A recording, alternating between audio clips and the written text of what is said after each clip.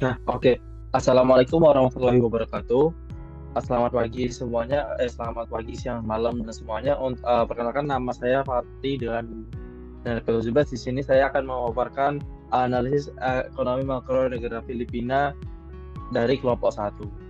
Nah, sebelumnya perkenalkan nama saya Muhammad Fatih Mubarak dan juga rekan saya kelompok satu ada Keija dan NRP 080, Muhammad Rido dengan NRP 105, dan Mutiara dengan NRP 129 dan Mas Rama dengan NRP 22103. Lanjut, di sini mengapa sih kita menggunakan tema Filipina? Nah, alasan dibalik itu berdasarkan saran pers yang bersumber pada M-Econ 2023, perekonomian ASEAN itu mencapai tingkat pertumbuhan sebesar 5,7% pada tahun 2022. Ini itu didorong oleh tingkat konsumsi domestik, perdagangan dan investasi yang tinggi. Hasil ini mengimplikasikan adanya potensi pertumbuhan ekonomi yang ada di negara-negara ASEAN. Nah, ASEAN itu juga merupakan negara perekonomian terbesar kelima. Selanjutnya, eksportir terbesar keempat dan juga pada tahun 2002 lalu bahkan menjadi tujuan Foreign Direct Investment atau FDI terbesar kedua berdasarkan data MFO 2023. Selanjutnya, hal ini menyebabkan beberapa negara yang tergabung dan terintegrasi pada ASEAN atau Organisasi Southeast Asia itu memiliki potensi untuk memiliki pertumbuhan yang lebih besar daripada negara selanjutnya. Nah, salah satu negara ASEAN tersebut adalah Filipina. Nah, sebelum kita mengenal apa itu Filipina, kita perlu mengetahui apa itu Filipina. Sebelum kita mengetahui analisis ekonomi pada Filipina, perlu kita ketahui lebih lanjut tentang Filipina. Nah, Filipina sendiri adalah negara yang memiliki status berkembang di ASEAN dan juga memiliki pertumbuhan ekonomi yang cukup signifikan pada dekade terakhir. Walaupun begitu, negara ini masih menghadapi berbagai tantangan ekonomi yang cukup kompleks, yang dimana salah satu tantangannya adalah ketidakstabilan makroekonomi yang dapat mempengaruhi pertumbuhan dalam ekonomi jangka panjang mereka. Selanjutnya, masalah ini berakar pada berbagai faktor. Contohnya itu seperti inflasi yang cukup besar dengan rata-rata 3,9%. Selanjutnya, untuk dan juga ada juga pengangguran yang tinggi dan serta ketimpangan pendapatan. Nah, selanjutnya untuk itu, analisis makroekonomi itu diperlukan untuk mengetahui lebih lanjut mengenai permasalahan yang terjadi dan potensi yang dapat dikembangkan oleh negara Filipina agar memiliki perekonomian yang tumbuh dan signifikan seperti negara-negara ASEAN lainnya. Kemudian di sini tinjauan pustaka kami, di sini kami menggunakan makroekonomi, pertumbuhan ekonomi, gross domestic product, inflasi, kebijakan moneter, tingkat konsumsi, tingkat pengangguran, analisis peluang, dan lain-lain. Selanjutnya metodologi akan dijelaskan oleh teman saya. Kemudian ada metodologi. Dalam penelitian kami, laporan ini diteliti menggunakan pendekatan kuantitatif, dikarenakan penelitian yang kami sajikan menggunakan angka dan bertujuan untuk mendapatkan bukti empiris mengenai pengaruh variabel independen terhadap variabel independen dengan menggunakan model ekonometrika. Kemudian dari informasi dan angka-angka tersebut dianalisis menggunakan analisis time series yang membandingkan variabel makroekonomi Filipina dari tiap tahunnya dan juga membandingkan dengan negara lainnya. Berikut adalah flowchart dari bagaimana kami mendapatkan informasi dalam laporan ini, yakni ada rancangan penelitian, mengumpulkan data, penyajian data, menganalisis data dari sumber secara detail, lalu melakukan penyimpulan data. Dalam analisis laporan ini, kami juga menggunakan data yang bersumber dari sumber sekunder, yakni data-data makroekonomi statistik yang ada di internet, dan jurnal-jurnal yang membahas variabel makroekonomi negara Filipina. Sehingga metode yang kami lakukan menggunakan studi literatur pada sumber-sumber yang terkait, kemudian kami melakukan analisis menurut pemahaman kami dan menyimpulkannya. Kemudian ada analisis kondisi makroekonomi dari negara Filipina. Dari hasil survei Global Adjustment Index baru pada November 2022 juga menunjukkan bahwa sektor Filipina merupakan salah satu negara yang ekonomi hasilnya pertumbuhan uang dari pekerja asing secara berkelanjutan dapat mengembangkan pertumbuhan ekspor yang pesat di sektor PT. Perekonomian Filipina sendiri itu melanjutkan pemulihan yang kuat dari pandemi COVID-19 Pada tahun 2023 dengan tingkat pertumbuhan PDB pada kuartal ketiga tahun 2023 itu meningkat sebesar 5,9% dibandingkan periode yang sama pada tahun lalu. Pada tahun 2023 kuartal 2 itu menyusul pemulihan yang kuat dari pandemi COVID-19 pada tahun 2022. Sedangkan pada 2023 pertumbuhan ekonomi Indonesia diperkirakan akan terus berlanjut dengan tingkat pertumbuhan ekonomi Filipina mencapai level tinggi sejak tahun 1976. Dari Filipina sendiri juga menunjukkan kinerja pertumbuhan ekonomi yang jauh lebih baik selama satu dekade terakhir, kecuali pada masa puncak COVID-19 pada tahun 2020 hingga 2021, ketika terjadi gangguan yang meluas terhadap aktivitas perekonomian secara global. Segi kondisi makroekonomi sendiri di Filipina relatif stabil, dengan beberapa indikator yang mempengaruhi perkembangan ekonomi. Contohnya seperti ketergantungan pada pasar global, ketergantungan pada pasar global tersebut mempengaruhi perkembangan ekonomi Filipina.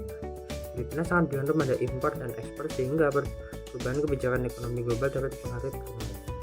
Kesimpulan yang dapat kami ambil, jika dibandingkan dengan negara Indonesia, menurut Bank Indonesia sendiri, prediksi pertumbuhan ekonomi Indonesia di tahun 2024 mencapai 5,1 hingga 5,2%. Pertumbuhan didorong oleh konsumsi rumah tangga, investasi, dan ekspor, sehingga baik Indonesia maupun Filipina sendiri menunjukkan prospek pertumbuhan ekonomi yang positif di tahun 2024. Namun Filipina terprediksi memiliki pertumbuhan ekonomi yang lebih tinggi dibandingkan Indonesia. Assalamualaikum warahmatullahi wabarakatuh. Perkenalkan, saya Ramon Fauzi dengan NRP 5031 221103 ingin membawakan hasil presentasi tentang analisis peluang yang terjadi di negara Filipina. Menurut informasi yang dilansir dari International Monetary Fund, GDP negara Filipina pada tahun 2020 sempat mengalami penurunan drastis sebesar minus 9,5% dari tahun sebelumnya. Mengingat di tahun itu ada terjadinya pandemi COVID-19 dan semua negara mengalami unlock yang sangat dalam. Terus dan kemudian negara Filipina berhasil kembali pulih pada tahun 2022 dengan pertumbuhan GDP 7,6%. Pertumbuhan GDP ini dinilai cukup signifikan karena tingkat pertumbuhannya sedikit lebih mengungguli Indonesia dan Singapura. Pertumbuhan GDP ini tentu dipengaruhi oleh banyak hal, tingkat konsumsi, pendapatan, tingkat harga tenaga kerja, serta kebijakan publik dari negara itu sendiri. Faktor-faktor ini yang nantinya akan memengaruhi peluang investasi di Filipina. Analisis peluang investasi di negara Filipina. Negara Filipina memiliki penduduk sebanyak 110 juta jiwa dan memiliki tingkat konsumsi yang tinggi dan terus meningkat setiap tahunnya sejak tahun 2020. Tingkat konsumsi rata-rata pada 2020 sebesar 2,4%, meningkat menjadi 3,9% pada 2021 dan tumbuh hingga 5,8% pada 2022. Proyeksi menunjukkan pertumbuhan yang stabil di sektor ini, serta konsumsi publik juga menunjukkan tren peningkatan yang konsisten.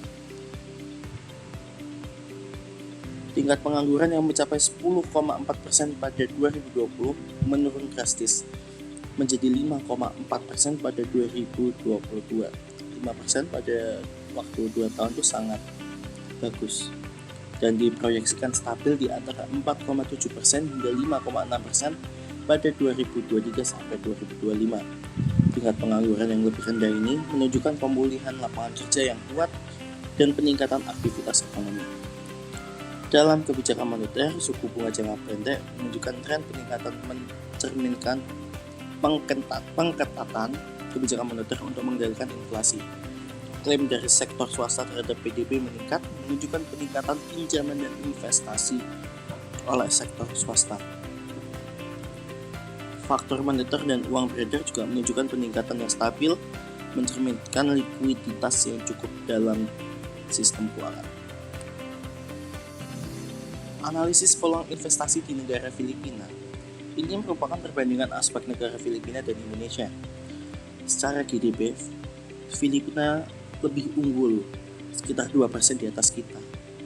Dan konsumen rate-nya itu lebih tinggi juga 0,3% dan untuk tingkat pengangguran juga lebih rendah daripada kita. Membuat Filipina menjadi negara yang unggul dari Indonesia. Meskipun mengingat fakta bahwa Indonesia memang memiliki negara yang lebih luas, rakyat yang lebih banyak. Jadi untuk perbandingannya sebenarnya tidak bisa disamakan karena selisih rakyatnya pun ada hampir 100 juta jiwa.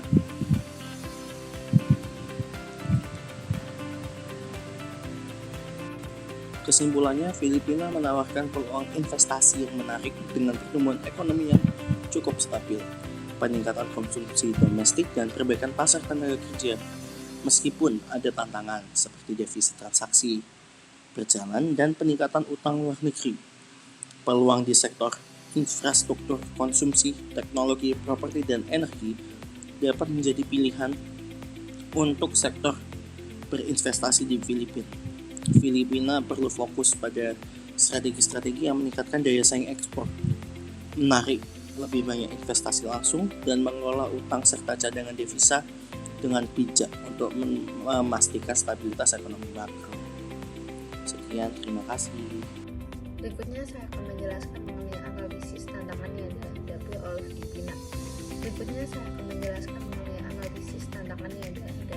Filipina. Meskipun Filipina ini telah menjadi negara dengan pertumbuhan ekonomi tercepat di kawasan, namun banyak warga Filipina yang tertinggal. USAID mendorong pertumbuhan ekonomi inklusif dan mendorong investasi dengan mendorong reformasi yang menciptakan lingkungan yang memudahkan bagi perusahaan swasta untuk berkembang. Selain itu, USAID bekerjasama erat dengan pemerintah Filipina dan masyarakat sipil untuk menjunjung nilai-nilai demokrasi bersama. AS dan Amerika Serikat dan Filipina berupaya memperkuat pemerintah lokal dan partisipatif, mengurangi korupsi, meningkatkan partisipasi politik, mendukung pelaksanaan pemilu yang bebas dan adil. Setelah itu, meningkatkan keterlibatan masyarakat dan kepemimpinan pemuda serta memperluas akses terhadap keadilan untuk mendorong perdamaian dan stabilitas di Mindanao. USAID memperkuat lembaga-lembaga pemerintah, mendukung pengembangan dan reformasi kebijakan, dan mendorong keterlibatan dengan organisasi masyarakat sipil untuk memberdayakan partisipasi inklusif dalam transisi bangsa Moro. Kemudian yang terakhir adalah kesimpulan. Dari segi peluang investasi sendiri, Filipina ini memiliki potensi yang besar, terutama di sektor industri, infrastruktur, dan konsumsinya. Pertumbuhan GDP Filipina sendiri dinilai cukup signifikan karena tingkat pertumbuhannya telah sedikit mengungguli Indonesia dan Singapura pada tahun 2023. Meskipun pada saat COVID-19 melanda, Filipina sempat turun namun kembali meningkat lagi. Nah, reformasi ekonomi dan stabilitas politik dari Filipina ini telah menarik banyak investor, baik domestik maupun asing, untuk berinvestasi di negara ini. Namun tantangannya adalah infrastrukturnya dan sumber daya manusianya yang masih terbatas. Kemudian tantangan utama yang dihadapi Filipina yakni ketimpangan pendapatan, infrastruktur yang belum memadai untuk mendukung pertumbuhan ekonomi yang berkelanjutan, dan juga dampak ketidakstabilan dari politik regional, sehingga sumber daya manusianya pun masih tergolong rendah atau terbelakang. Makanya pemerintah harus terus mendorong reformasi ekonomi yang lebih progresif untuk meningkatkan sumber daya manusia dan infrastrukturnya. Terakhir, secara keseluruhan, meskipun Filipina menghadapi beberapa tantangan dari segi infrastruktur dan juga sumber daya manusianya, namun potensi pertumbuhannya cenderung menjanjikan karena signifikan. Dengan dukungan dari kondisi makroekonomi yang membaik, peluang investasi yang luas, serta komitmen pemerintah untuk melakukan reformasi yang diperlukan, Filipina dapat mencapai pertumbuhan ekonomi yang berkelanjutan dan inklusif di masa depan. Sekian dari kelompok kami. Berikut adalah sumber yang kami gunakan. Mohon maaf jika ada salah kata dan terima kasih.